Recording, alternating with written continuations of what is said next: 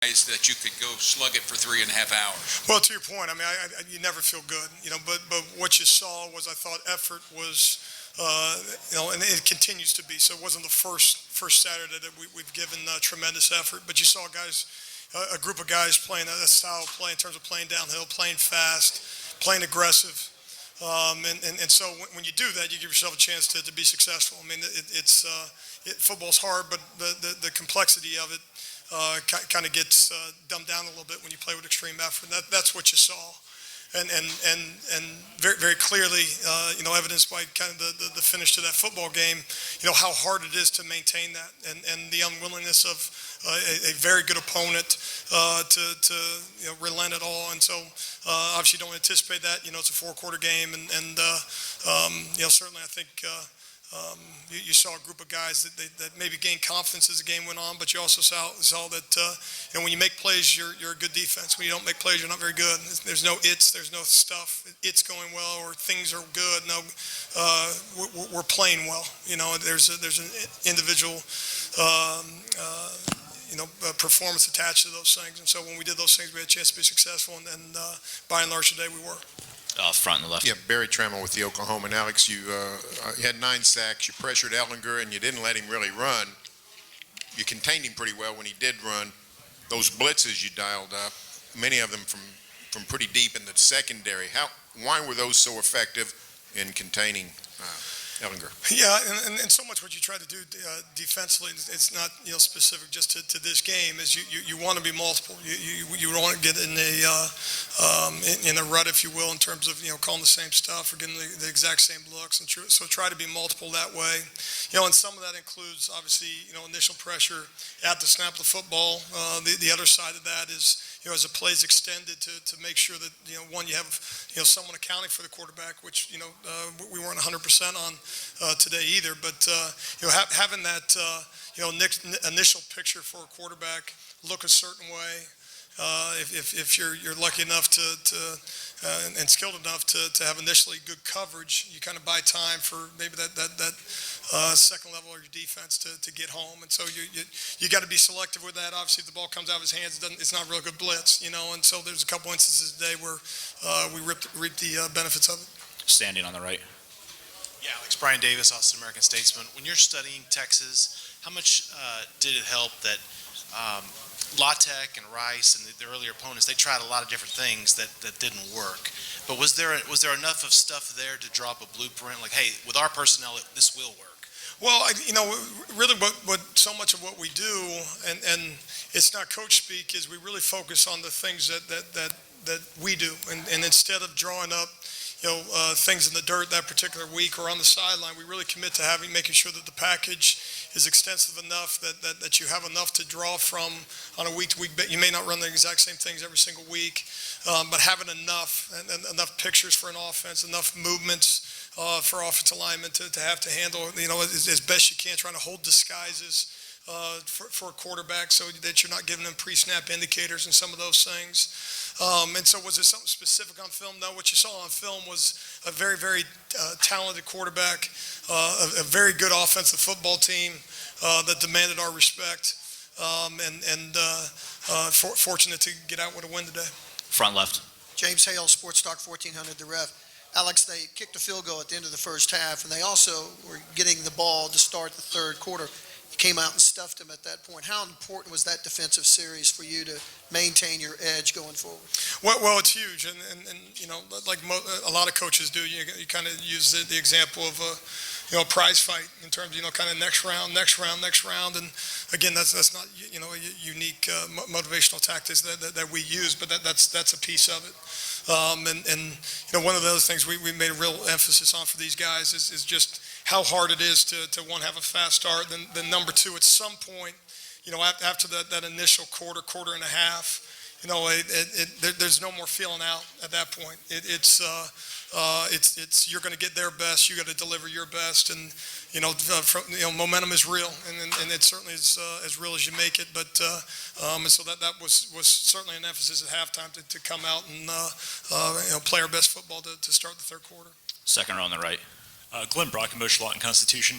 Alex, you said there wasn't necessarily any one thing or two things that you saw on film from Texas that you felt comfortable with, and yet your defensive backs seemed to be in their receiver shorts all day, and you guys had 9 sacks.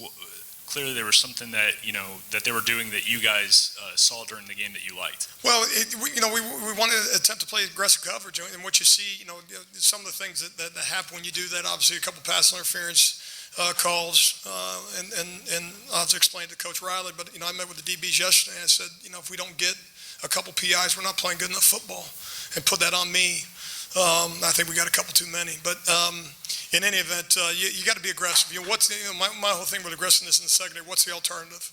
If the alternative is not better than being aggressive, then let's not go down that road. And so, you got to pick your spots. Obviously, there's smart aggression, which is kind of the term that we use, and then there's the other side of it where you just do it to do it.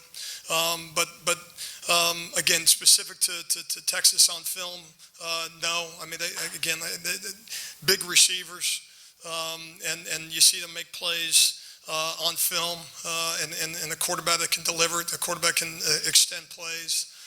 And so, we knew we had our work cut out for us, and it was going to take both elements of that. It was going to take, some coverage holding up, certainly early in the down. We knew they were going to complete some balls and use their size advantage, get boxed out in some of those situations. And that's something obviously we got to analyze. Maybe we got to mix up coverages more as the game wore on. But an aggressive back end, coupled with aggressive front end, you have a chance to be successful. And in the end, we had playmakers on our defense today. And the minute you don't, you become very, very average. And so that's something that's got to continue for us. Second row on the left. Alex, Pete Thamel from Yahoo.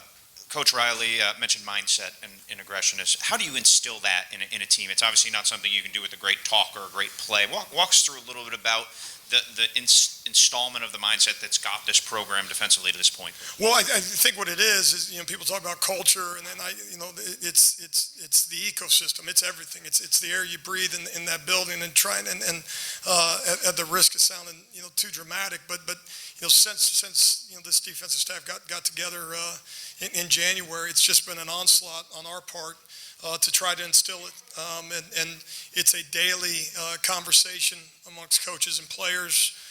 Obviously, it's a weight room mindset with Coach Wiley in there. You can't wait till spring football to start, and then when spring football comes around, you got to be willing to have some tough days and really have honest conversations about what's good enough. You got to break them and build them at the exact same time. Say it's not good enough, but we can be good enough. And then you certainly can't take the summer months off. So it's not one talk, it's not 1 week, it's none of those things, but it's all of those things. And so that is something that as a defensive coaching staff, and obviously a head coach that believes in some of the things that we're doing.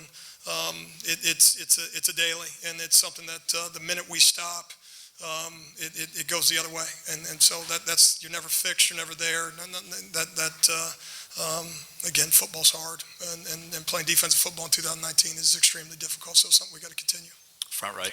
Yeah, Alex, you said earlier this week you would be naive to downplay a rivalry. You talk a lot about aggression. So how do you view something like every player on the team getting a personal foul before the game starts? Yeah, and that's.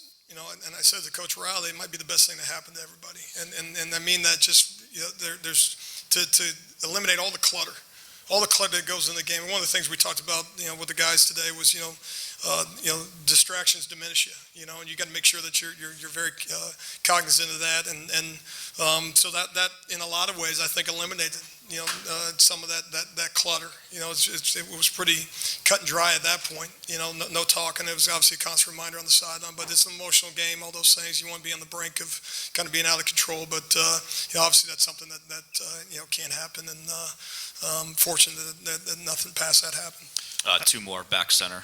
Alex, John Hoover, the franchise and Sporting News. Kenneth has talked a lot about watching Bosworth on tape and watching Rocky Kalmus on tape and watching Teddy Lehman, guys like that. He wants to be the next one to win the Butkus. Do you feel like that manifested today? Those guys had some of their best games ever in this game against Texas? You feel like he has been inspired by that? Well, I think he has. I think it also speaks to, just the eliteness of this program. I think when you have visuals like that at any position, but obviously specific to Kenneth at linebacker, to say do it like them, obviously, this day and age, different football, all those things, it may not be from a specific technique standpoint. But certainly there's a visual for that. You come to Oklahoma to play a certain brand of football. You come to Oklahoma to play in these type of games. You come to Oklahoma, not seeing there's not just to be all conference, it's just to be all American. If you're the best defensive player at Oklahoma, should be in the conversation for national awards. If you can do it on offense, don't tell me you can't do it on defense. I think he's just one of those guys, and again, credit goes to Coach Odom in a lot of ways instilling that in him specifically. But I think he's one of those guys that's very, very conscious of that, and obviously he's backed it up. And so, today was exciting to see that. And as a defensive coach, when that play kind of breaks down, I'm looking for 9. Go save the day, bud. And a lot of times he did. This will be the last one at the podium, third row on the right. Yeah, Coach Max Olson from The Athletic. At the start of the day, kind of where were your nerves or your excitement at? And, as you get more comfortable with this team, kind of where's your confidence in calling blitzes and calling things in games like this and in these league games that can get pretty explosive? Yeah, I mean, what happens in regardless of the stage, I mean, a football game breaks out, and so I don't think it's different that way. I think I don't think I'm different than most coaches that way. Once you kind of get to game day, but certainly what a venue. I mean, there's I think I said early in the week in terms of downplaying the magnitude of the game. Such a historic rivalry. That bus coming in, going through the fair. I mean, I don't know what else would compare to that. And so certainly thrilling to have an opportunity to be a part of it as a coach, and then specific to the performance that way. Again, you focus on us when it comes to the all that stuff is why you do this at a place like in Oklahoma. But in the end, from a football standpoint, so much of the emphasis this week was focusing on us. Prepare for our performance as opposed to preparing for our opponent. And I think the guys took that to heart, and something's got to continue.